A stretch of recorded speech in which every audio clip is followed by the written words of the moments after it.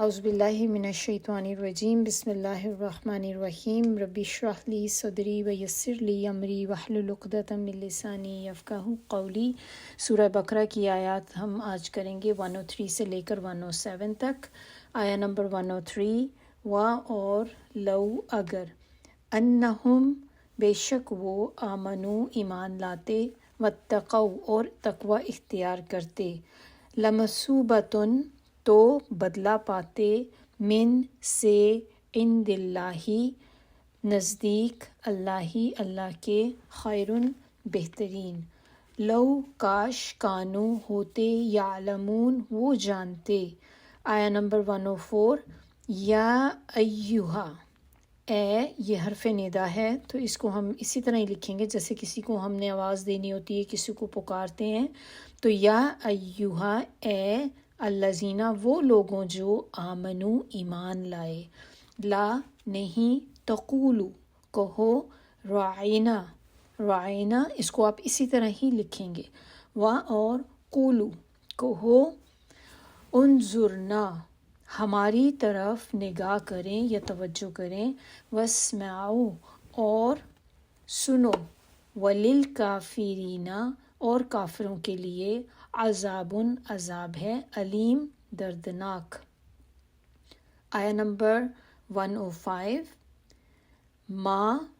نہیں، یودو پسند کرتے، الذین وہ لوگ جو، کافر ہوئے یا جنہوں نے کفر کیا، من سے، اہل الکتابی اہل کتاب، و اور لا نہیں، المشرکین مشرکین، ان یہ کہ، ینزل نازل کی جاتی رہے، علیکم تم پر، من کوئی، خیرن کوئی خیر یا کوئی نیک بات، من سے، ربکم رب تمہارے، واللہ اور اللہ، یختص خالص کر لیتا ہے، برحمتہ بھی ہے شروع میں تو معنی ہوں گے ساتھ، رحمت ہی اینڈ پہ ہے ضمیر اپنی کے، من جس کو، یشاء چاہتا ہے، واللہ اور اللہ، ذو والا، الفضل فضل، العظیم بڑا۔ آیا نمبر 106، ما نہیں، ننسخ ہم منسوخ کر دیتے ہیں، ہم کہاں سے آئے کیونکہ شروع میں نون ہے تو نسخ اصل میں کہتے ہیں منسوخ کرنا، اور شروع میں نون ہے تو اس کے معنی ہم منسوخ کر دیتے ہیں، من سے، آیتن کوئی آیت، او یا، ننسیہا ہم بھلا دیتے ہیں اس کو۔ پھر سے دوبارہ اس میں نون ہے شروع میں تو اس میں ہم بھلا دیتے ہیں تو ساتھ میں ہم کے معنی آ جاتے ہیں، ناتی اور چونکہ ضمیر بھی ہے اینڈ پہ، ننسیہا تو ہا کے معنی ہوں گے اس کو، تو اکٹھا اگر ہم دیکھیں، ننسیہا ہم بھلا دیتے ہیں اس کو، ناتی لے آتے ہیں، بخیرن بہتر، منہا اس سے، او یا، مثلیہا مثال یا برابر اس کے، عالم کیا نہیں، تعلم تم جانتے، انا بے شک، اللہ اللہ، علی اوپر، کلی ہر، شیئن چیز کے، قدیر قادر ہے۔ آیا 107، علم کیا نہیں، تعلم تم جانتے، بے شک، انا بے شک، اللہ اللہ، لہو لیے اس کے، ملک کہتے ہیں بادشاہت کو یا سلطنت، السماواتی آسمانوں کی، والارضی اور زمین کی، و اور ما نہیں، لکم لیے تمہارے، من سے، دونی سوائے، اللہ کے، من کوئی، ولیین دوست، ولی دوست کو کہتے ہیں ایسا سچا پکا دوست جس سے آپ اپنی باتیں شیئر کرتے ہیں، و اور لا نہیں، نصیرن کوئی مددگار۔ تو انشاءاللہ چلیے اب ہم اس کی تفسیر کی طرف آتے ہیں۔ بسم اللہ الرحمن الرحیم۔ آیا نمبر 103 میں اگر دیکھیں تو یہاں پر اللہ تعالیٰ ہمیں کیا بات بتا رہے ہیں کہ اگر وہ ایمان لاتے اور پرہیزگاری کرتے تو اللہ کے ہاں بہت اچھا صلہ پاتے۔ اے کاش وہ اس سے واقف ہوتے یا وہ اس کو جانتے۔ تو اللہ تعالیٰ یہاں پر فرما رہے ہیں کہ اگر اب بھی یہ لوگ جادو اور تمام غلط کام چھوڑ کر آپ صلی اللہ علیہ وسلم پر ایمان لے آئیں، اچھے کام کریں، گناہ چھوڑ دیں، تقوی اختیار کریں، تو ان کے لیے آخرت میں بہت اچھا اجر ہے۔ مصوبتن جو ورڈ ہے میں نے آپ کو بتایا تھا کہ جیسے ہم ثواب کہتے ہیں اردو میں، تو وہی معنی ہے، بالکل وہی چیز ہے، ثواب، بدلہ یا جزا۔ پھر اللہ تعالیٰ ہمیں یہاں پر جو بات پتہ چل رہی ہے سائد سے کہ اللہ تعالیٰ بہت زیادہ حلم والے ہیں۔ حلم کیا ہوتا ہے کہ جیسے آپ کسی کے گناہ دیکھتے بھی اس کی پکڑ نہ کریں فوری،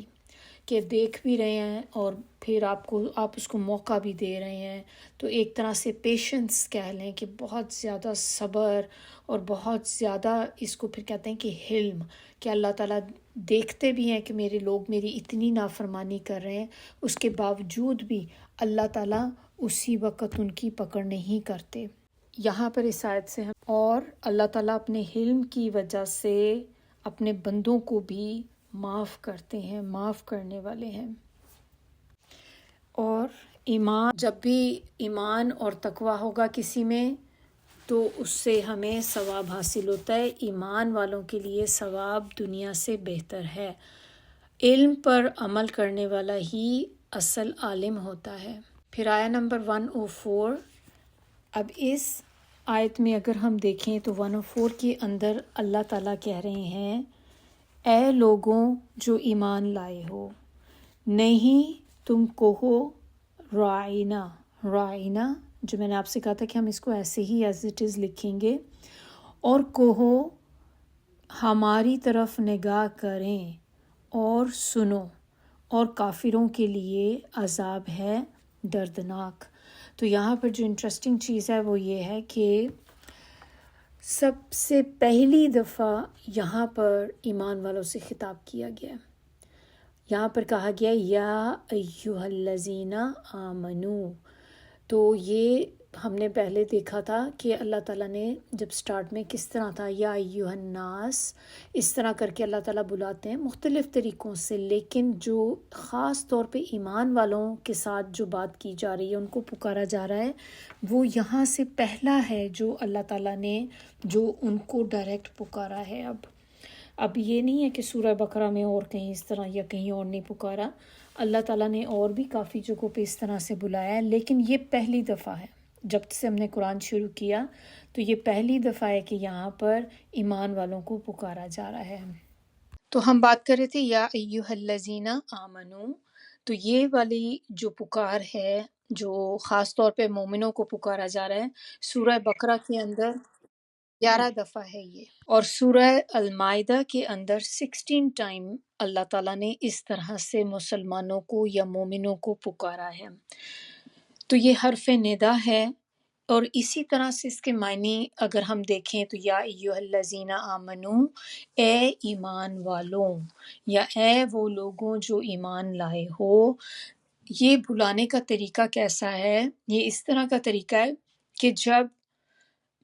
ہم لوگ سپیچ کرتے ہیں، کہیں پہ بیٹھے ہوئے ہوتے ہیں، بات کرتے ہیں، تو آپ نے بہت امپورٹنٹ میسج ڈلیور کرنا ہوتا ہے، تو جب ہم نے کسی کو کوئی بہت امپورٹنٹ چیز بتانی ہوتی تو ہم سب سے پہلے کیا کہتے ہیں؟ ہم کہتے ہیں attention plays, may I have your attention، کوئی بھی اس طرح سے چیز آپ بول سکتے ہیں دوسروں کی اٹینشن لینے کے لیے۔ تو ایگزیکٹلی اسی طرح جب اللہ تعالیٰ یہ بات ایسے کرتے ہیں تو اس کا مطلب ہوتا ہے کہ اس کے بعد اب کوئی خاص پیغام آنے والا ہے اللہ تعالیٰ کا، اور وہ خاص پیغام جو ہے وہ یہ بھی ہو سکتا ہے کہ اللہ تعالیٰ کا کوئی حکم ہو جو اللہ تعالیٰ ایک نیا حکم دینے والے ہیں، اور یا پھر اللہ تعالیٰ نے کسی چیز سے منع کرنا ہے، تو دونوں میں سے کوئی سی بھی چیز ہو سکتی ہے۔ تو اس میں ہمیں کیا کرنا ہے کہ جب ہم یہ چیز سنیں، جب اس وقت جب قرآن اتر رہا تھا نبی صلی اللہ علیہ وسلم کے پاس، تو اس وقت تو لوگ سنتے تھے. اب چونکہ ہم قرآن کو پڑھ رہے ہوتے ہیں، تو جب ہم قرآن پڑھ رہے ہیں یا ہم کہیں پہ سن رہے ہیں، اگر ہم یہ ورڈ سنتے ہیں یا ایھا الذین آمنو، تو ہم نے کیا کرنا ہوتا ہے؟ ہم نے الرٹ ہونا ہوتا ہے. اب ہم بھی جب پڑھ رہے ہیں تو ہم نے جب یہ ورڈ دیکھنا ہے تو ہم نے اسی وقت الرٹ ہو جانا ہے کہ اس کے بعد اللہ تعالیٰ کوئی خاص بات ہمیں بتانے والے ہیں. تو اس کے بارے میں ابن عباس کہتے ہیں کہ جب آپ اللہ سبحانہ تعالیٰ کو یہ فرماتے سنیں کہ یا ایھا الذین آمنو، تو غور سے سنیں اس بات کو، اپنے کان کھول لیں. یا تو وہ کوئی خیر کا کام ہوگا جس کا اللہ تعالیٰ حکم دے رہے ہیں، یا کوئی برا کام ہوگا جس سے اللہ تعالیٰ منع فرما رہے ہیں. تو پھر جب یہاں پر یہ بتایا جا رہا ہے تو پھر کون سا حکم ہمیں دیا جا رہا ہے، یا کیا بات ہمیں بتائی جا رہی ہے؟ اب ہمارے کان الرٹ ہو گئے ہیں کیونکہ ہم نے بھی یہ بات سن لی، تو ہم نے بھی ایک طرح سے اپنے کان کھول لیے ہیں. تو اب دیکھتے ہیں کہ آگے اللہ تعالیٰ ہمیں کیا بات بتا رہے ہیں. تو اس کے بعد اللہ تعالیٰ ہمیں یہ بتا رہے ہیں، جو یہاں پر جس چیز سے روکا جا رہا ہے، ایک کام اللہ تعالیٰ کہہ رہے ہیں کہ تم نے یہ ورڈ یوز نہیں کرنا، رائنا. لا تقولو رائنا، نہیں کہو رائنا، بلکہ تم کہو انظرنا، کہ ہماری طرف نگاہ کریں، ہماری طرف توجہ کریں. واسمعوا، اور سنو، یعنی کہ کان کھول کر سنو، توجہ سے سنو اس کے احکام کو. تو اللہ تعالیٰ نے یہ ورڈ کیا ہے جس کے معنی اللہ تعالیٰ نے ہمیں کہے کہ یہ نہیں یوز کرنا، اس کی جگہ آپ وہ کریں. یہ ورڈ کے معنی ہوتے رائنا کے، کہ ہماری رعایت کیجئے، ہماری یعنی کہ رہنمائی کیجئے، یا ہمیں سمجھائیے، ہمیں بتائیے، یا پارڈن اس، کہ ایکسکیوز می، جیسے ہوتا ہے نا کہ مجھے بات سمجھ نہیں آئی، آپ نے سیکھنی ہوتی ہے، آپ ٹیچر آپ کو کچھ بات بتا رہے ہیں لیکن آپ کو کوئی بات سمجھ میں نہیں آئی، تو جس طرح سے آپ اس کو اس وقت روک کر تو آپ کہیں گے نا کہ ایکسکیوز می سر، مجھے یہ بات سمجھ نہیں آئی، تو اس طرح سے وہ پھر آپ کو ایکسپلین کرتے ہیں. تو یہ وہ طریقہ ہوتا تھا کہ ہم پہ رعایت کریں یا ہمارے لیے آسانی کریں، آپ ہمیں یہ ایکسپلین کر دیں اس چیز کا. تو یہ ورڈ وہ یوز کیا کرتے تھے. تو اب یہاں پر ہم نے دیکھنا ہے کہ کیوں اللہ تعالیٰ نے اس ورڈ کو یوز کرنے سے منع کیا گیا. اس کو سمجھنے کے لیے اب اس کا بیک گراؤنڈ ہم لوگ دیکھتے ہیں کہ ہوتا کیا تھا کہ یہود جب کبھی آپ صلی اللہ علیہ وسلم کی مجلس میں بیٹھتے تھے اور آپ صلی اللہ علیہ وسلم کے ارشادات سنتے، یا کسی بات کو دوبارہ سننے یا سمجھنے کی جب کبھی ضرورت پیش آتی تو وہ رائنا کہا کرتے تھے. مسلمان رائنا کہا کرتے تھے، لیکن یہ یہود جو اسی مجلس میں ساتھ بیٹھے ہوئے ہوتے تھے، یہ ان کو دیکھا دیکھی وہ بھی یہی ورڈ یوز کرتے تھے، لیکن چلاکی کیا کرتے تھے کہ وہ اس ورڈ کو مروڑ توڑ کے بولتے تھے، اس کو یعنی کہ چینج کر کے بولتے تھے، جس سے کیا ہوتا تھا کہ اس کے میننگ چینج ہو جاتے تھے. کیونکہ وہ تو تھے ہی ایسے کہ دل میں ان کے بغض تھا بہت زیادہ، نبی صلی اللہ علیہ وسلم سے حسد تھا، نفرت تھی، تو وہ چیز ایسی کوٹ کوٹ کے اندر ان کے اندر بھری ہوئی تھی کہ ہر چیز میں وہ کوئی نہ کوئی طریقہ ایسا نکال لیتے تھے. تو یہاں پر وہ کیا کرتے تھے کہ رائنا کہنے کی بجائے وہ اس کو ورڈ کو چینج کر کے بولتے تھے رائنا، یعنی کہ اس کو سٹریس کر کے، اس کو سٹریچ کر کے، لمبا کر کے رائنا. اور وہ جو رائنا ہے، رائنا جو آپ کوئکلی بولتے ہیں، اس کے معنی کیا ہوتے ہیں کہ ہماری طرف توجہ کریں. اور جو وہ بولتے تھے رائنا، اس کو کھینچ کے اس سے کیا وہ بن جاتا تھا رائی. رائی کہتے ہیں چرواہے کو، اور اینڈ پہ کیا ہے نا، رائی نا، ہمارے چرواہے. آپ دیکھیں کہ نبی صلی اللہ علیہ وسلم کو کس طریقے سے یہ لوگ بلایا کرتے تھے، اپنی طرف سے وہی ورڈ یوز کر رہے ہیں کہ پتہ بھی نہ چلے. ہم تو وہ اگر کوئی پوچھے گا تو کہہ دیں گے آگے سے ہم تو وہی ورڈ یوز کر رہے ہیں جو آپ سب یوز کرتے ہیں، ہم نے تو یہی کہا ہے. لیکن اپنے سینس میں وہ ورڈ کو موڑ کے اس کو چینج کر کے میننگ اس کے اس طرح سے بولا کرتے تھے. تو اللہ تعالیٰ نے مسلمانوں کو یہود کی یہ بات جو تھی اس سے مطلع کرتے ہوئے فرمایا کہ اب تم لوگ آج سے، یعنی کہ مسلمان لوگوں کو کہا کہ آج سے آپ لوگوں نے یہ ورڈ یوز نہیں کرنا، بلکہ اس کی بجائے آپ نے کیا کہنا ہے؟ انظرنا، اور اس کا معنی وہی ہے جو رائنا کا معنی ہے۔ تو آپ نے اس کو یہ اب اس کے بعد ورڈ یوز کریں تاکہ وہ نبی صلی اللہ علیہ وسلم کو اس طرح سے بلا نہ سکیں۔ اور پھر اس کے بعد آگے یہ بھی ہے کہ اگر بات کو آپ پہلے ہی توجہ سے سن لیں، کہ پہلی ہی دفعہ اس کو اچھی طرح سن لیں، تو پھر یہ بھی ورڈ یوز کرنے کی ضرورت نہیں پیش آئے گی کہ جیسے ہمیں ہوتا ہے نا کہ کلاس میں ہوتے ہیں تو ہم کہتے ہیں کہ آپ پہلی دفعہ ذرا توجہ سے لیکچر سن لیں، تو پھر بعد میں جو کتنے بے فضول کوشچن ہم لوگ کیے جا رہے ہوتے ہیں، جو آلریڈی ٹیچر ایکسپلین کر چکا ہوتا ہے چیزیں، لیکن چونکہ ہماری توجہ نہیں تھی اس وقت لیکچر کے اوپر، تو ہم چیزیں پھر جب ہم بعد میں ہمیں پتہ چلتی ہیں تو پھر ہمیں لگتا ہے ہم لاسٹ ہو گئے ہیں، تو پھر آپ وہی چیزیں ریپیٹڈلی پوچھے جا رہے ہوتے جو ٹیچر نے آلریڈی ایکسپلین کر دی ہوئی ہوتی۔ تو وہ جو یہاں پہ بتایا نا کہ وَاسْمَعُوا، کہ غور سے سنو، کہ اگر آپ پہلی دفعہ غور سے سن لیں گے پھر آپ کو یہ ورڈ یوز کرنے کی بھی ضرورت پیش نہیں آئے گی، اور یہ زیادہ مناسب ہے۔ اور یہ یہود لوگوں کا پھر آگے اللہ تعالیٰ بتا رہے ہیں کہ یہ لوگ جو ہیں یہ ہیں ہی اس طرح کے، اور ان کو اللہ تعالیٰ ان کے اوپر دردناک عذاب اللہ تعالیٰ ان پہ نازل کریں گے۔ تو یہاں پر ہمیں جو اس آیت سے اب دیکھیں کہ بات پتہ چل رہی ہے کہ آپ صلی اللہ علیہ وآلہ وسلم کو عزت اور احترام ادب کے ساتھ پکارنے کی تلقین کی جا رہی ہے کہ جب بھی ان کا نام لیں تو ادب کے ساتھ نام لیں۔ اللہ تعالیٰ نے ایک اور جو بہت امپورٹنٹ لیسن ہمیں یہاں پہ ایک ملتا ہے کہ آپ یہ دیکھیں کہ کتنا خوبصورت انداز اللہ تعالیٰ کا، اتنا خوبصورت طریقے سے اللہ تعالیٰ یہ بات بتا رہے ہیں کہ اللہ تعالیٰ نے ایک چیز سے روکا ہے ان کو کہ آپ نے رائنا نہیں کہنا۔ اچھا یہ بھی ہو سکتا ہے کہ پھر جب انسان کہتا ہے کہ اچھا اب مجھے یہ نہیں کہنا تو پھر میں نے کیا کہنا ہے،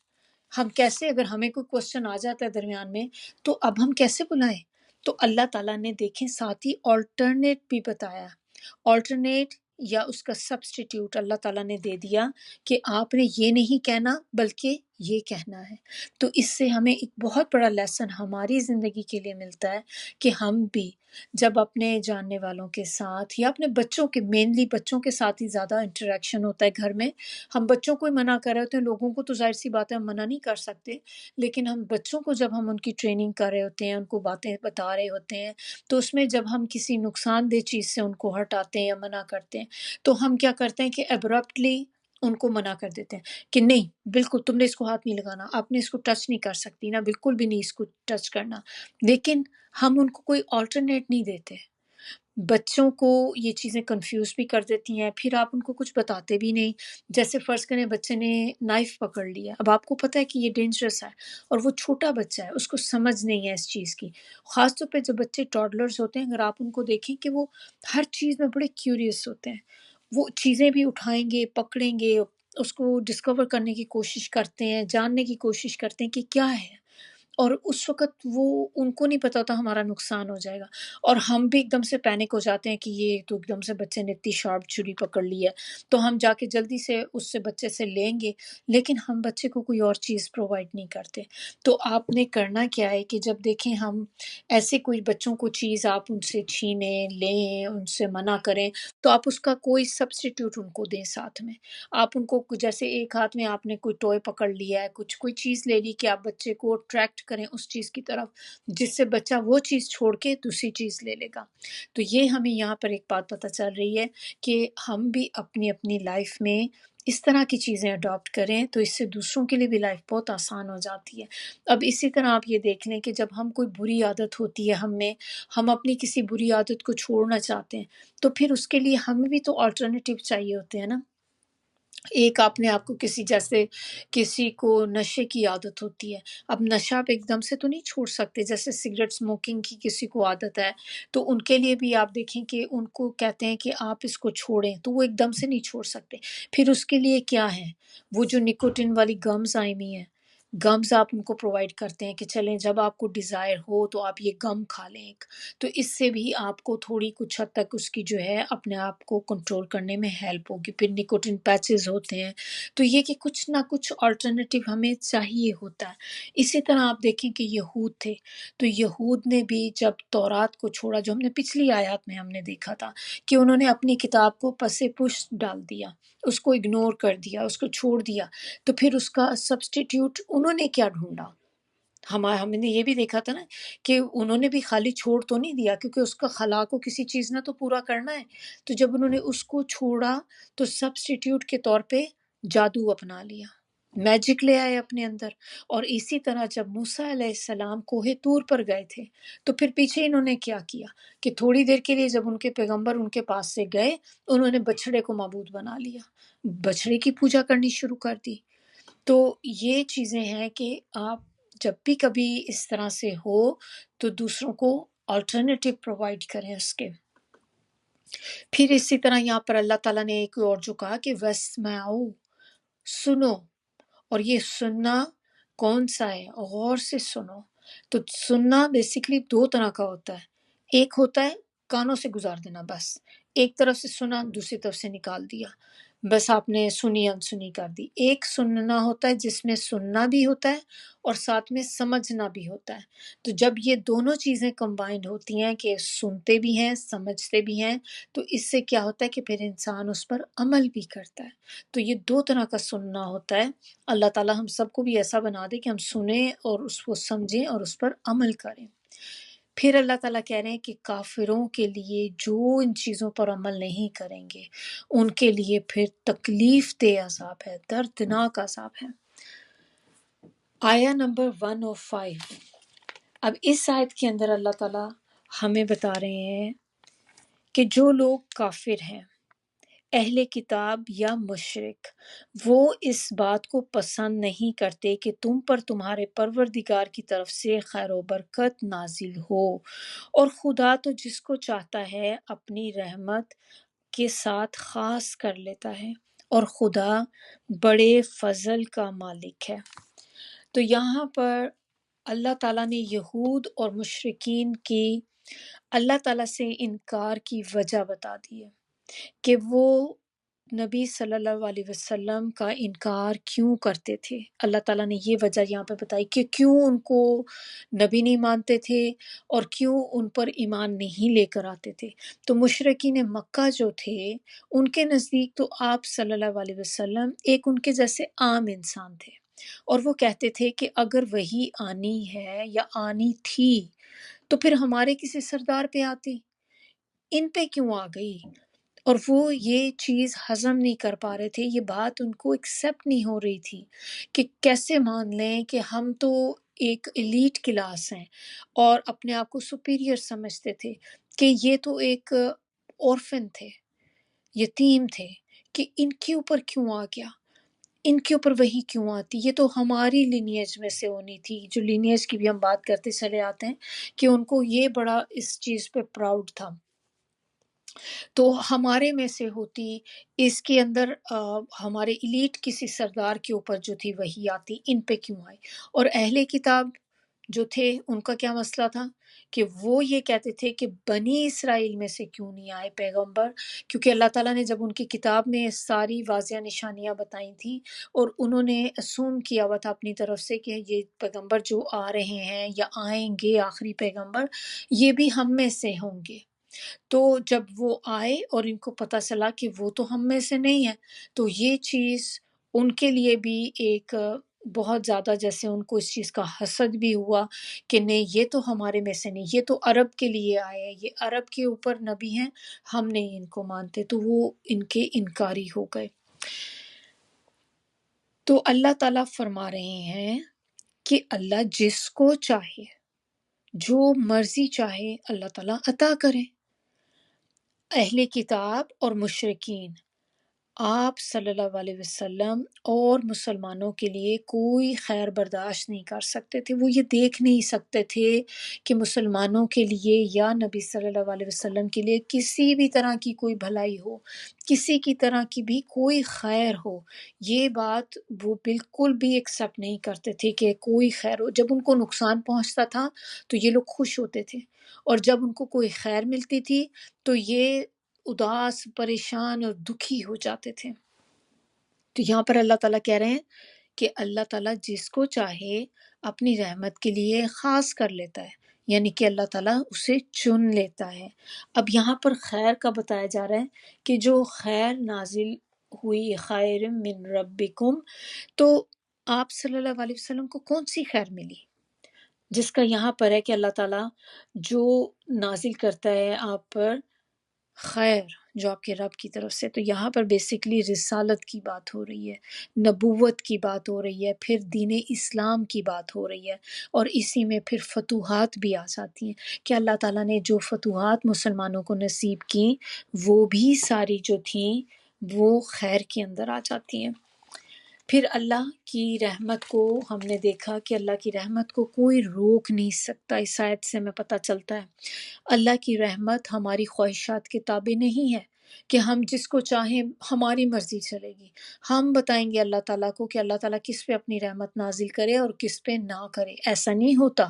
جو مالک ہے، جو رب ہے پوری کائنات کا، حکم بھی اسی کا چلے گا، اور اللہ کی حکمت ہے، اللہ کی مصلحت ہے، اللہ کی وزڈم ہے، اللہ کو پتہ ہے میں نے کس کو کتنا دینا ہے، کس کو کیا دینا ہے اور کہاں دینا ہے۔ ہم کوئی ہمارے پاس اس چیز کا نہ تو اختیار ہے، نہ ہی ہمارے پاس اس چیز کی کوئی پاور ہے کہ ہم اللہ تعالیٰ کو ڈکٹیٹ کرا سکیں کہ اللہ تعالیٰ آپ نے اس کو کیوں دے دیا، یہ تو اس کا حقدار ہی نہیں، میں زیادہ حقدار ہوں، میں زیادہ ڈیزرونگ ہوں، میں آپ کی زیادہ عبادت کرتی ہوں۔ تو جب ہم اللہ تعالیٰ کو، جب ہم کسی اور کی ڈسٹریبیوشن پہ ہمیں ڈاؤٹ ہوتا ہے یا ہمیں اعتراض ہوتا ہے کہ میں اتنی دیندار، میں اتنا زیادہ اللہ کے ساتھ کرتی ہوں اور میں کتنی آزمائشوں میں ہوں، اور وہ بندہ، اس کو دیکھو کتنی آسانیاں اس کو ملی جا رہی ہیں، اس کا یہ بھی کام آسان ہو رہا ہے، وہ بھی کام آسان ہو رہا ہے، تو اس میں یہ بات کر کے ہم کیا ایک طرح سے کر رہے ہوتے ہیں کہ ہم اللہ کی ڈسٹریبیوشن پہ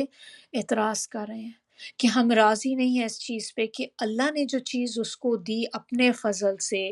ہم اس پہ اعتراض کر رہے ہیں کہ اس کو کیوں مل گئی، کہ ہم کون کہنے والے کہ اس کو کیوں مل گئی۔ اللہ کی قدرت، اللہ کی حکمت، اللہ تعالیٰ جس کو چاہے نازل کرے، اور اللہ تعالیٰ کی رحمت کے ساتھ اس کا فضل بھی ہوتا ہے۔ اللہ جس پہ چاہتا ہے اپنا فضل نازل فرماتے ہیں۔ تو اللہ تعالیٰ کا فضل جو ہے وہ کس پہ نازل ہوتا ہے؟ اس پر نازل ہوتا ہے جس کو ایمان کی دولت مل جائے، پھر اس پہ نازل ہوتا ہے جو اللہ کی رسی کو مضبوطی سے تھام لے۔ اللہ کی رسی کیا ہے؟ اللہ کی رسی یہ قرآن اور سنت، اور پھر ان لوگوں پہ اللہ کا فضل نازل ہوتا ہے جو اپنے فرائض کو پورا کرتے ہیں، گناہوں سے بچتے ہیں۔ صحابہ کرام کے بارے میں بھی ہمیں پتہ چلتا ہے کہ وہ اللہ تعالیٰ کا فضل تلاش کرتے رہتے تھے۔ اب اگر چلیں ہمارے اوپر فضل نہیں ہے اللہ کا، تو کیا کریں آپ؟ تو پھر اس کے لیے دعا کریں۔ دعائیں ہیں، دعائیں جو ہیں وہ تقدیر کو بدل دیتی ہیں۔ دعا از اے ویپن، ویری اسٹرانگ چیز ہے دعا جو ہے، اس کو کبھی بھی انڈر ایسٹیمیٹ نہ کریں۔ تو پھر اس کے لیے اللہ سے دعا کرنی چاہیے، اللہ سے اللہ کا فضل مانگنا چاہیے،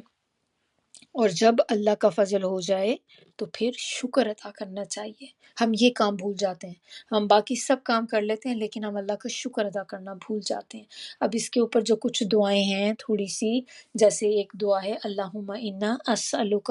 من فضلک و رحمتک فإنہ لا یملکها الا انت۔ یہ والی دعا کہتے ہیں اگر آپ پڑھیں تو اللہ تعالیٰ آپ پہ اپنی رحمتوں کی بارش کر دیتے ہیں اور اس کا رزق بھی بڑھا دیتے ہیں۔ تو اگر کسی کو رزق میں تنگی ہے، جاب کا مسئلہ ہے، اگر کوئی ایسی پرابلم ہے، تو جب آپ یہ دعا پڑھنی شروع کر دیتے ہیں تو اللہ تعالیٰ اپنا فضل کر دیتے ہیں، اپنی رحمت کر دیتے ہیں۔ اسی طرح مسجد سے جب ہم لوگ نکلتے ہیں تو اس وقت بھی ہم اللہ کا فضل مانگتے ہیں، اللہم انی اسألک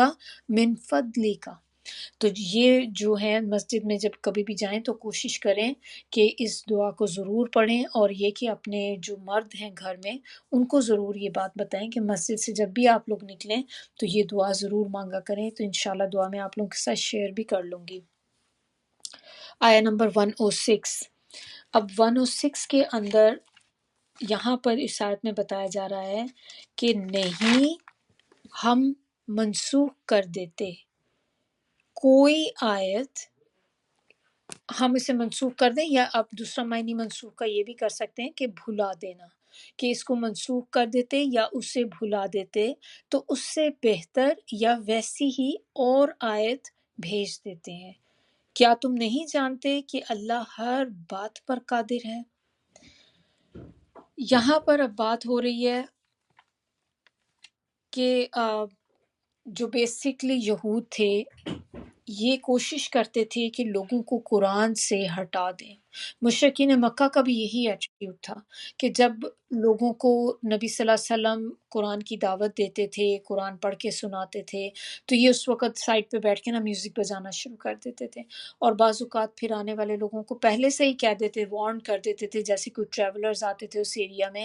حاجی آتے تھے، اس طرح کوئی لوگ آتے تھے، تو ان کو پہلے سے وارن کر دیتے تھے کہ ان کی بات نہ سننا، یہ جادوگر ہے، یہ جو بھی بات کہتا ہے نا تو اس سے انسان کا دل بدل جاتا ہے اور انسان پہ جادو اثر کر جاتا ہے۔ تو یہ کہ یہ ایک پرانا ہی طریقہ چلا آ رہا تھا ان لوگوں کا کہ لوگوں کو قرآن سے متنفر کرنے کی کوشش کیا کرتے تھے یہ لوگ مختلف طریقوں سے۔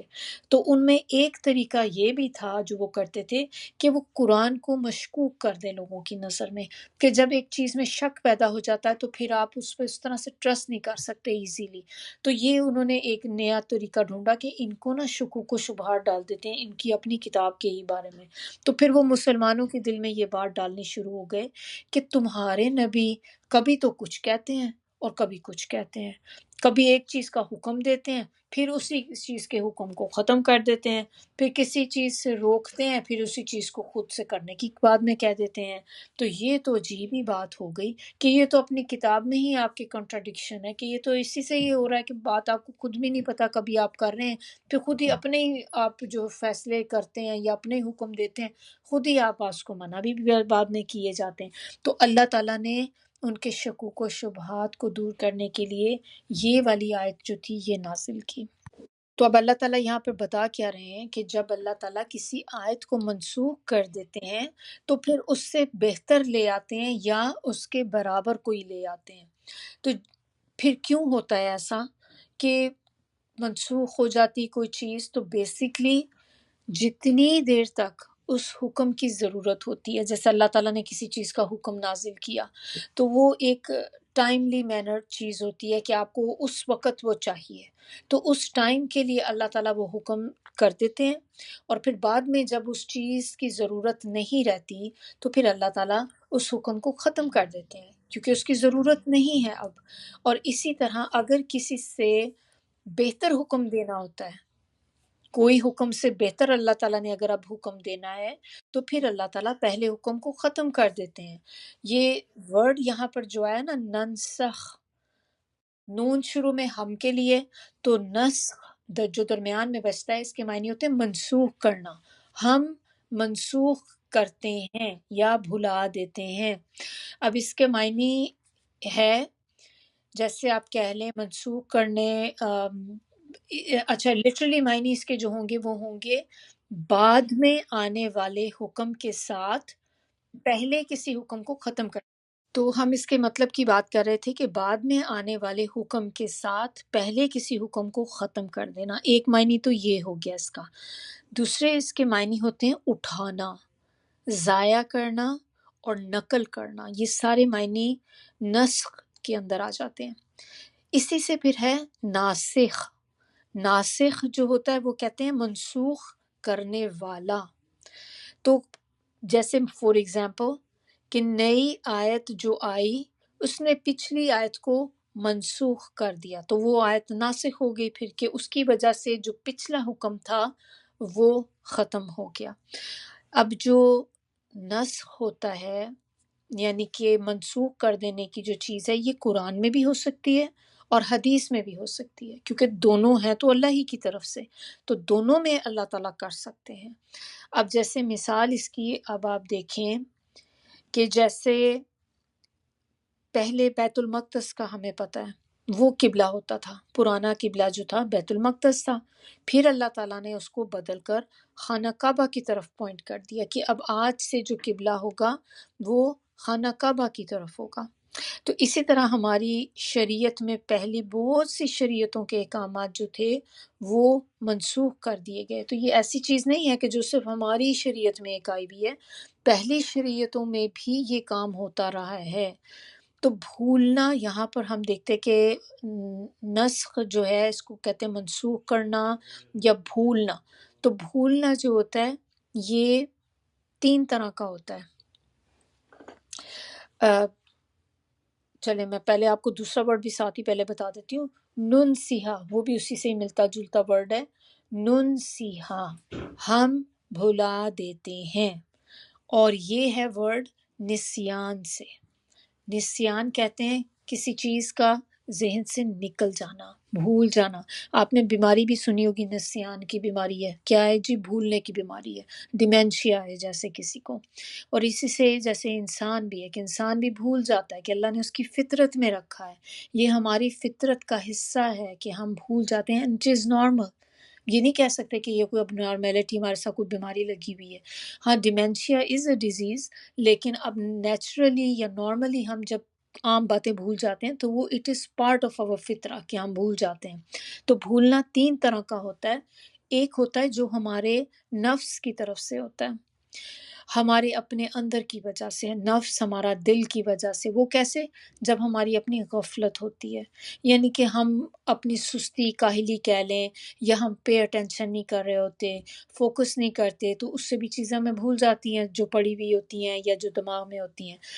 دوسرا بھولنا جو ہوتا ہے وہ ہوتا ہے جو شیطان کی طرف سے ہوتا ہے، کہ شیطان انسان کو کچھ چیزیں بھلا دیتا ہے۔ کیسے بھلا دیتا ہے؟ جیسے اپنے وسوسے ڈال کے انسان کے دل میں کبھی خوف ڈال کے، کبھی کچھ کر کے، کہ دماغ کہیں اور لے جاتا ہے اس کا، کہیں سے کہیں اس کو کر دیا، تو اس کے دماغ میں جو ایکچوئل بات ہوتی ہے وہ ایک دم سے اس کے دماغ سے نکل جاتی ہے۔ اسی طرح آپ دیکھیں اس کی بہت بڑی مثال، ہم جب نماز پڑھ رہے ہوتے ہیں تو نماز کے اندر کیا ہوتا ہے کہ جب شیطان دل میں وسوسے ڈالنے شروع کر دیتا ہے تو اس کے بعد ہم سب نے ایکسپیرینس کیا، کیا ہوتا ہے کہ انسان کو یہی نہیں یاد رہتا میں کون سی رکعت میں ہوں، پتہ نہیں میری تیسری رکعت ہے کہ چوتھی رکعت ہے، میں نے کون سی پڑھی ہے ابھی۔ اکثر میں نے سنا ہے، میرے ساتھ خود ہوتا ہے، ہم سب اس چیز پہ بات کرتے ہیں کہ آپ بھول جاتے ہیں کبھی نہ کبھی، نماز پڑھتے پڑھتے ایک دم سے پتہ نہیں میں نے تشہد میں بیٹھی تھی کہ نہیں بیٹھی تھی، اب پتہ نہیں یہ میری تیسری رکعت ہے کہ چوتھی رکعت ہے۔ تو یہ والا جو بھولنا ہے یہ شیطان کی طرف سے، کہ اس نے آپ کو وسوسے ڈالے دل میں، آپ کو نماز کی رکعتیں ہی بھلا دیں۔ تیسرا بھولنا جو ہوتا ہے وہ بطور سزا ہوتا ہے اللہ کی طرف سے،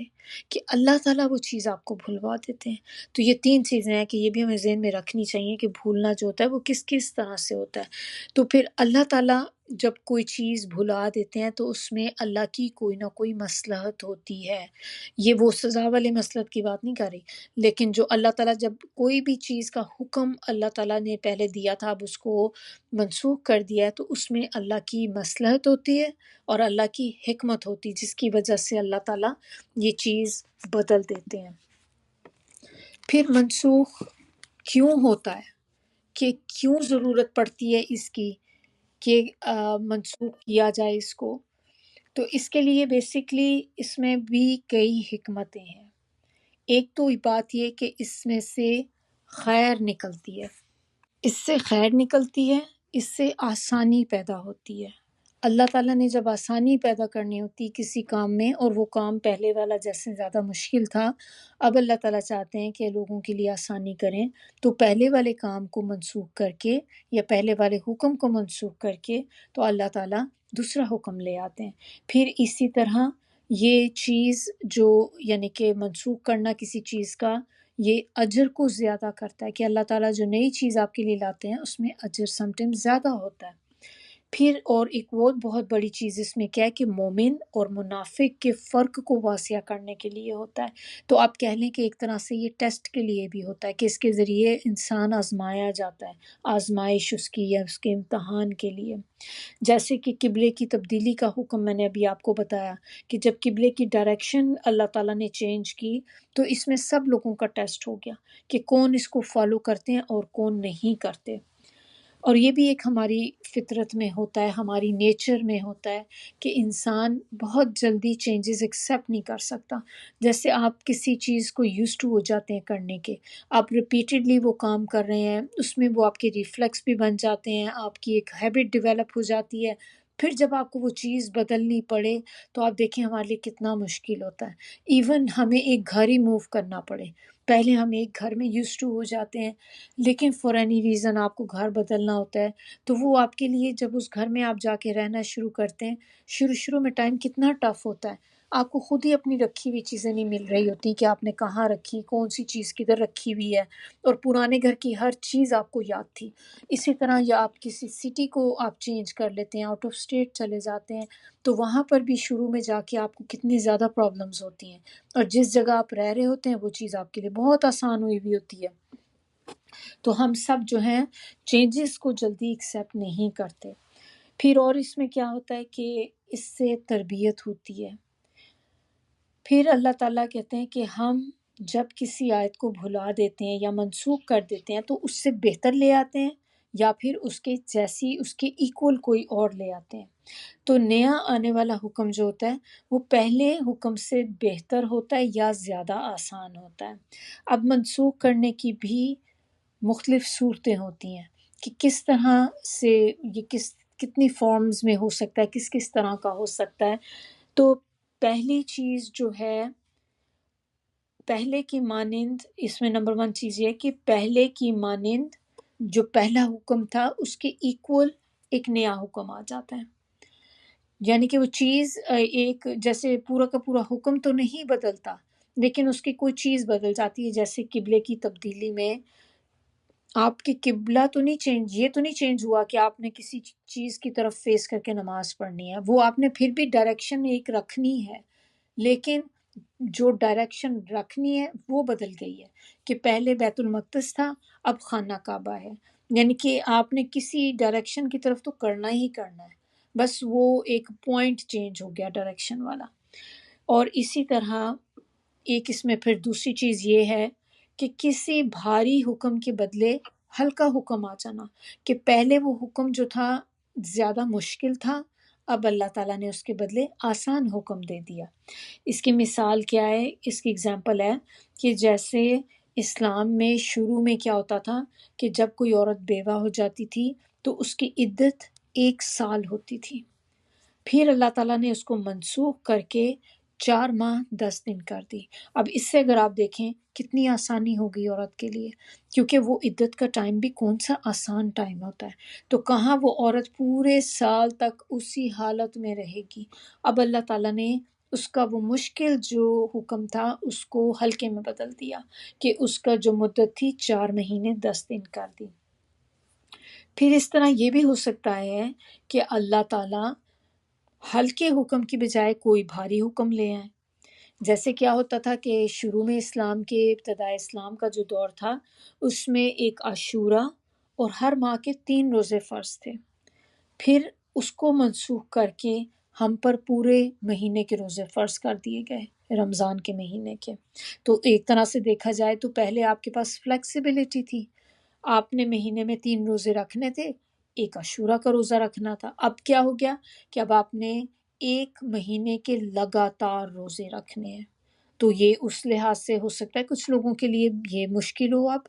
کہ ہر مہینے 3 تو چلیں بڑے آسان تھے، لیکن مہینہ کا پورا کنٹینیوسلی آپ ایوری سنگل ڈے روزہ رکھ رہے ہیں، کچھ لوگوں کے لیے وہ بھی چیلنجنگ ہو جاتا ہے۔ پھر اور اس میں کیا فارم اس کی کنڈیشن ہو سکتی ہے کہ کبھی کوئی حکم منسوخ کیا جاتا ہے تو پھر ضروری نہیں ہے کہ اس کے بعد کوئی اور حکم بھی لایا جائے، یعنی کہ اگر میں نے ایک حکم آیا تھا اس کو ہم نے ختم کرنا ہے، تو جو لازمی کوئی دوسرا حکم ساتھ دینا ضروری نہیں ہے. اللہ تعالیٰ چاہیں تو اس کے بدلے کچھ بھی نہ دیں، کیوں اللہ تعالیٰ جب دیکھتے ہیں کہ ہاں اس حکم کی ضرورت اس ٹائم پیریڈ تک تھی تو اس وقت تک دی، اس کے بعد اس کا حکم کا ختم کر دیا کہ اب یہ کوئی نہیں ہوگا، اور اس کے بدلے میں آلٹرنیٹ بھی کوئی نہیں دیا اللہ تعالیٰ نے. اب جیسے کہ ہم لوگ پڑھیں گے اس کو انشاءاللہ آگے، ہماری آگے کی صورتوں میں کیا آئے گا کہ ایک دفعہ، بلکہ یہ ہم نے سورہ حجرات پڑھی تھی، اگر مجھے بھول نہیں رہا تو سورہ حجرات میں شاید ہم لوگوں نے یہ چیز پڑھی تھی کہ اللہ تعالیٰ نے اس میں حکم اتارا تھا کہ اب آج کے بعد جو بھی نبی صلی اللہ علیہ وسلم سے بات کرنا چاہے گا تو وہ بات کرنے سے پہلے صدقہ کرے گا. یہ حکم آیا، اور سب سے پہلے اس پہ عمل کرنے والے کون تھے؟ حضرت علی تھے. انہوں نے اس پہ کیا تھا، اور اس کے بعد یہ حکم منسوخ ہو گیا تھا. پھر اللہ تعالیٰ نے اس کو ختم کر دیا، اور ختم کر کے اس کے بعد اللہ تعالیٰ نے کوئی اور حکم نہیں دیا اس کے بدلے. تو یہ اس کی اگزامپل ہوگی. پھر اور اس میں کیا ہو سکتی ہے کنڈیشن؟ ایک یہ بھی ہو سکتی ہے کہ اللہ تعالیٰ اس آیت کی تلاوت اور حکم دونوں ہی منسوخ کر دیں، کہ وہ پوری کی پوری آیت اللہ تعالیٰ نے جو اتاری تھی اللہ تعالیٰ اس آیت کو ہی ختم کر دیں اور اس کا حکم بھی ختم کر دیں، یعنی کہ دونوں چیزیں چلی گئیں. جیسے کہ پہلے ہوتا تھا کہ 10 دفعہ اگر کوئی بچہ دودھ پیے کسی عورت کا، اپنی ماں کے علاوہ کسی عورت کا دودھ پیے اور وہ 10 ٹائمز پیے پیٹ بھر کے، تو رضاعت ثابت ہوگی کہ وہ، یعنی کہ وہ پھر وہ ساری جیسے ایک بھائی بہنوں کی طرح ساری چیزیں اس کے اوپر کنڈیشنز ہو جاتی ہیں. تو پہلے یہ ہوتا تھا کہ 10 ٹائمز اگر کسی نے پیا ہوگا تو ہی وہ پھر اس کیٹیگری میں آ جاتا ہے کہ وہ رضاعی بھائی بہن بن جاتے ہیں. پھر اللہ تعالیٰ نے اس کو جو تھا بعد میں 5 دفعہ پیٹ بھر کے دودھ پینے سے رضاعت کو ثابت کر دیا.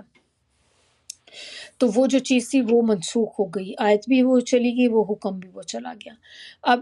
ایک اور کنڈیشن اس میں کیا ہوتی ہے کہ حکم منسوخ ہوتا ہے لیکن تلاوت منسوخ نہیں ہوتی، آیت رہ جاتی ہے، حکم ختم ہو جاتا ہے.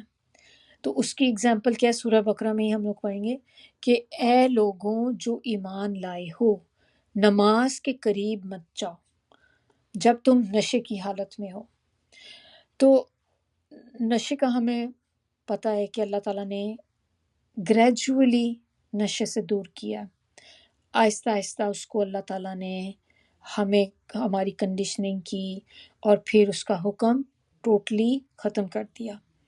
کیونکہ ایک دم سے کیا کرتے تو وہ لوگوں کے لیے اس پہ عمل کرنا مشکل ہو جاتا، کیونکہ لوگ شراب کیسے پیتے تھے؟ جیسے لوگ کولڈ ڈرنک پیتے ہیں آج کل، اس طرح سے شراب پی جاتی تھی. تو اللہ تعالیٰ نے گریجولی اس کا حکم نازل کیا. تو یہاں پر اللہ تعالیٰ نے جب کہا کہ نماز کے قریب مت جاؤ جب تم نشے کی حالت میں ہو، لیکن اب آپ دیکھیں یہ آیت ابھی بھی موجود ہے لیکن حکم ختم ہو گیا ہے. اب تو ایسا نہیں ہے کہ اللہ تعالیٰ یہ کہیں کہ ابھی بھی یہ ہے کہ ہاں تم نشے کی حالت میں جب ہو تو نماز کی طرف نہ جاؤ. تو اس کا مطلب کہ وہ الاؤ کر رہے ہیں کہ آپ نشہ کر سکتے ہیں، جبکہ اب ہمیں کیا پتہ ہے کہ نشہ جو ہے وہ تو ٹوٹلی پروہیبٹڈ، بالکل منع ہے. ہم اس کو شراب، بالکل شراب کے قریب بھی نہیں جا سکتے. تو اسی طرح یہ آیت ہے لیکن وہ حکم ختم ہو گیا اس کا. پھر ایک کنڈیشن کیا ہوتی ہے کہ تلاوت منسوخ ہو گئی لیکن حکم منسوخ نہیں ہوا، یعنی کہ حکم رہ گیا ہے لیکن اب آیت ختم ہو گئی ہے، اب آیت نہیں آپ کو وہ ملتی. تو جیسے پہلے ایک آیت ہوتی تھی کہ جس کے میں متعلق جس میں یہ تھا کہ ابن آدم کے پاس سونے کی اگر 2 وادیاں ہوں تو پھر وہ تیسری کی خواہش کرے گا. تو یہ والی اب ہمیں یہ حدیث سے اس طرح سے پتہ چلتا ہے، لیکن ہمارے پاس اس کی کوئی آیت نہیں ہے کیونکہ وہ منسوخ ہو چکی ہے. اسی طرح جو سابقہ شریعتیں ہوتی تھیں ان میں بھی نسخ ہوتا تھا، ان میں بھی چیزیں جو تھیں وہ اللہ تعالیٰ حکم ختم کر دیتے تھے. یہ ایسا نہیں کہ یہ ہماری ہی کے ساتھ اسپیشلائزڈ ایک چیز ہے کہ بس ہم ہی اس میں ہے کہ جن کے ساتھ یہ کام ہو رہے ہیں. پہلے بھی اللہ تعالیٰ نے اس طرح سے پچھلی شریعتوں کے ساتھ بھی یہ ہوتا ہوا ہے. جیسے کہ آدم علیہ السلام کو آپ دیکھیں کہ جب اللہ تعالیٰ نے آدم علیہ السلام سے ان کی جب اولاد پیدا ہوئی تو اللہ تعالیٰ نے کیا ان میں رکھی تھی کہ وہ بھائی بہنوں کی آپس میں شادیاں ہوتی تھیں. اس وقت جائز تھی آپس میں ان کا نکاح ہونا، لیکن بعد میں منع ہو گیا۔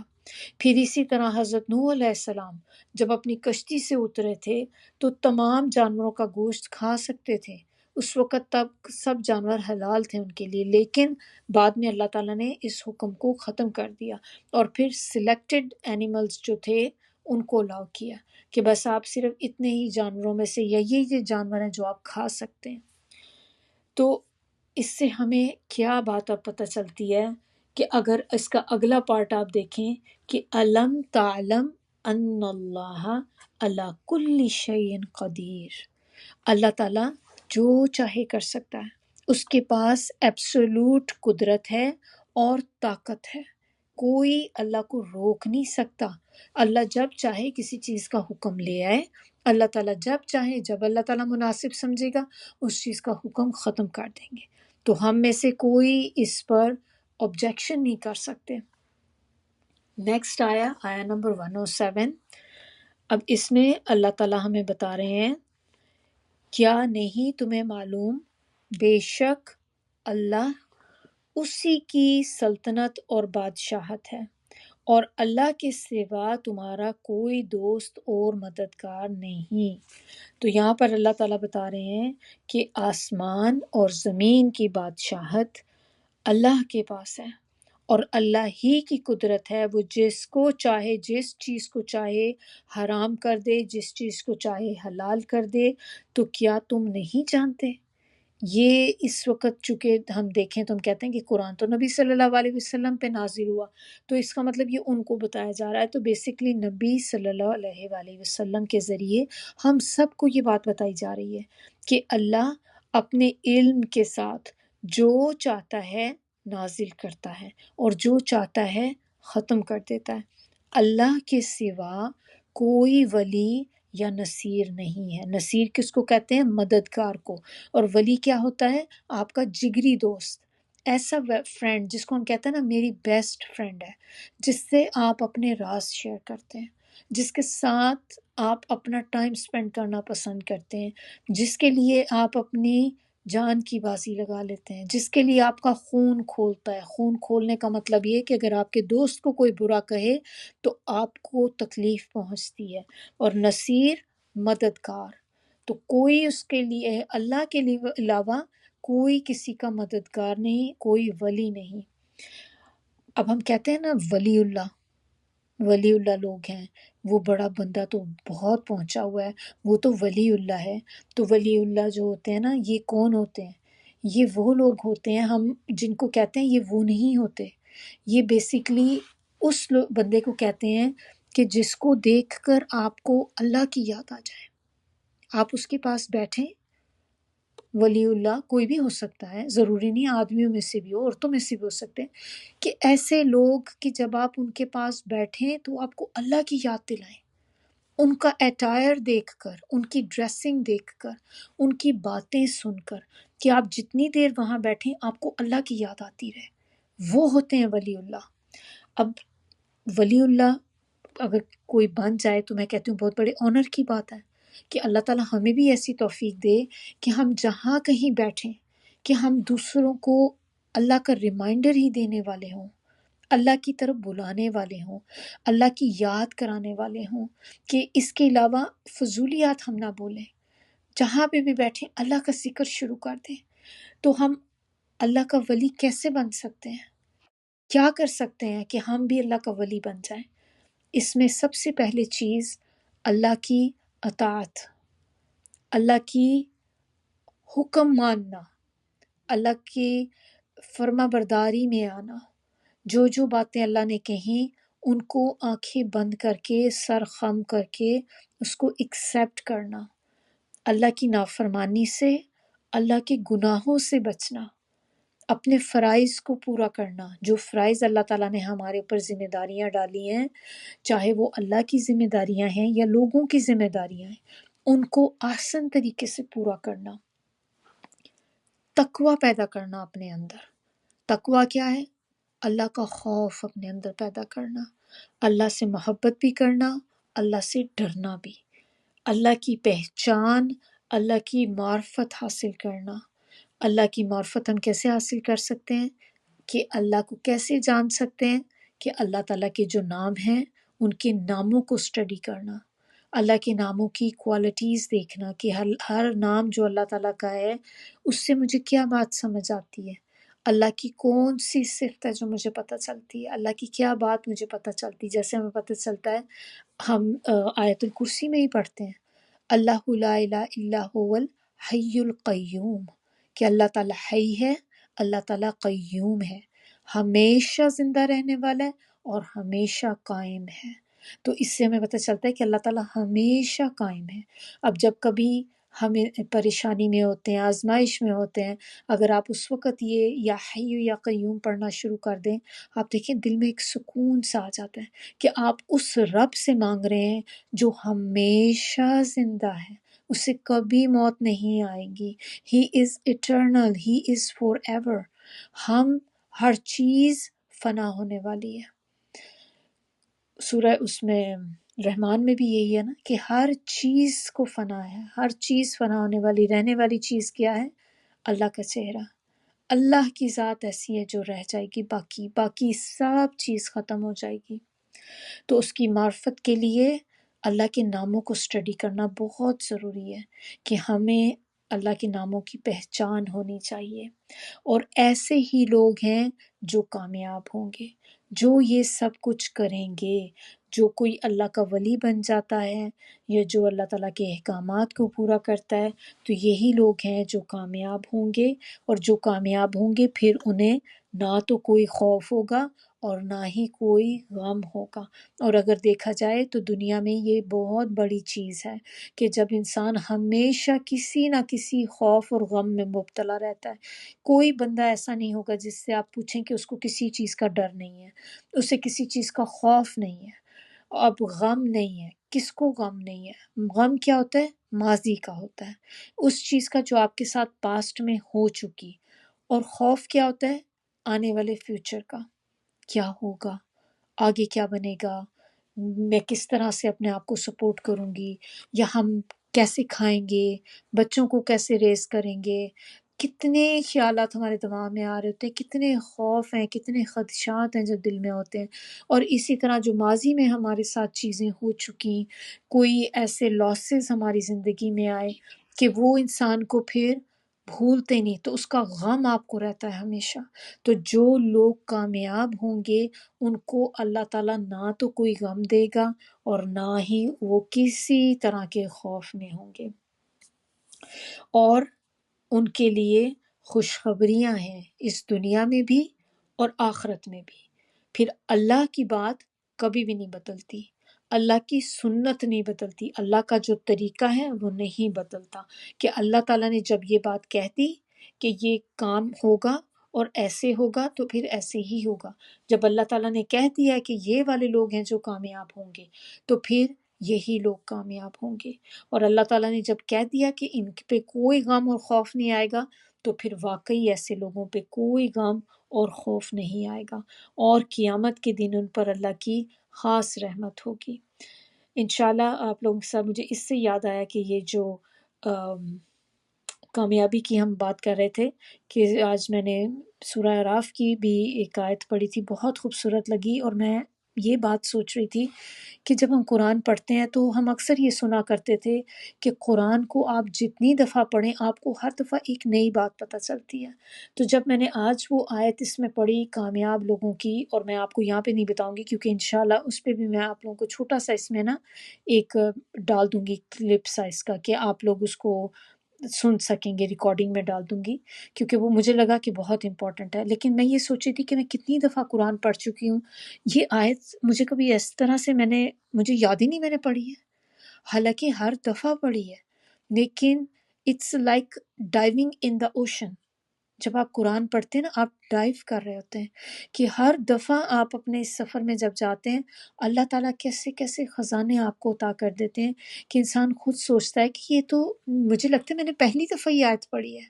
میں نے پہلے پڑھی نہیں۔ اور exactly this is what I was thinking، کہ مجھے لگ رہا ہے کہ میں نے آج فرسٹ ٹائم پڑھی ہے یہ آیت، میں نے شاید اس سے پہلے کبھی پڑھی نہیں، کیسے میرے دماغ سے یہ کہ میں نے اس کو جسٹ کوئکلی پڑھ کے میں نکل گئی اور وہ اس طرح سے میرے دل پہ اثر نہیں کیا۔ تو انشاءاللہ اس کو بھی میں آپ لوگوں کو ضرور آپ لوگوں کے ساتھ شیئر کروں گی۔ تو اس کے ساتھ ہی ہمارا آج کا جو لیسن ہے یہاں پہ ختم ہوتا ہے۔ سبحانک اللہم و بحمدک، نشہد ان لا الہ الا انت، نستغفرک و نتوب الیک۔ سبحان ربک رب العزت عما یصفون وسلام علی المرسلین والحمد للہ رب العالمین۔ ربنا تقبل منا انک انت السمیع العلیم وتب علینا انک انت التواب الرحیم۔ السلام علیکم ورحمۃ اللہ وبرکاتہ۔